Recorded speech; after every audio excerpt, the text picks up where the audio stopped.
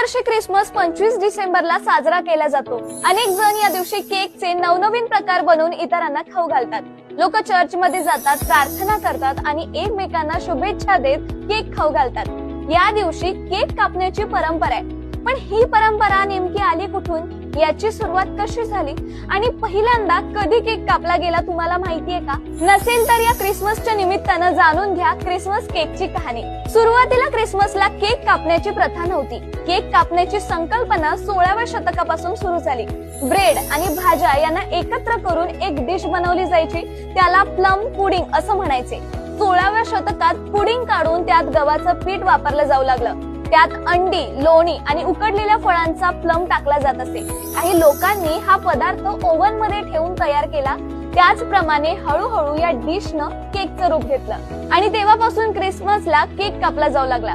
क्रिसमसच्या दिवशी वेगवेगळ्या फ्लेवर्सच्या केकला बाजारात मोठ्या प्रमाणात मागणी असते। क्रिसमसला बनवलेल्या केक मध्ये ड्रायफ्रुट्सचा मोठ्या प्रमाणात वापर केला जातो, कारण ड्रायफ्रुट शरीरासाठी चांगले आणि हेल्दी असतात। यामुळे शरीराला ऊर्जा सुद्धा मिळते। भारतात क्रिसमस सण कधीपासून साजरा केला जातो आणि पहिला क्रिसमसचा केक कसा आणि कुणी बनवला याबद्दल तुम्हाला जाणून घ्यायला आवडेल का? आम्हाला कमेंट मध्ये नक्की सांगा।